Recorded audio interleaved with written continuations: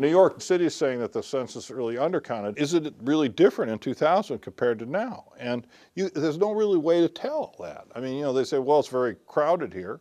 And they might have said the same thing in 2000, or it might have even been more crowded in 2000. But my guess is even 80,000, given the fact that the census, the estimate had New York at 8.4 something million, and we now have 8.175.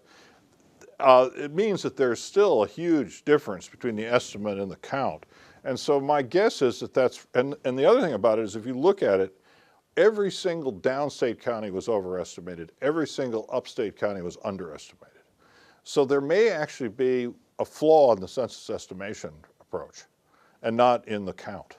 I think that may explain, some of this. So it's one of these things, like the last time around, New York's population came in at 8 million.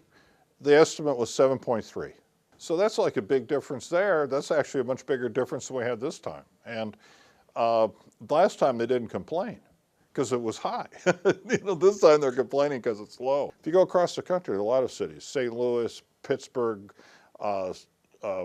Chicago, Birmingham, of course, St. Louis and Detroit, all have had declines. So New York's actually growing well. I mean, it's just it didn't grow as fast as it did in the 90s. And my guess is it didn't grow as fast as it appeared to in the 90s. But it may have grown, and it may have been overestimated.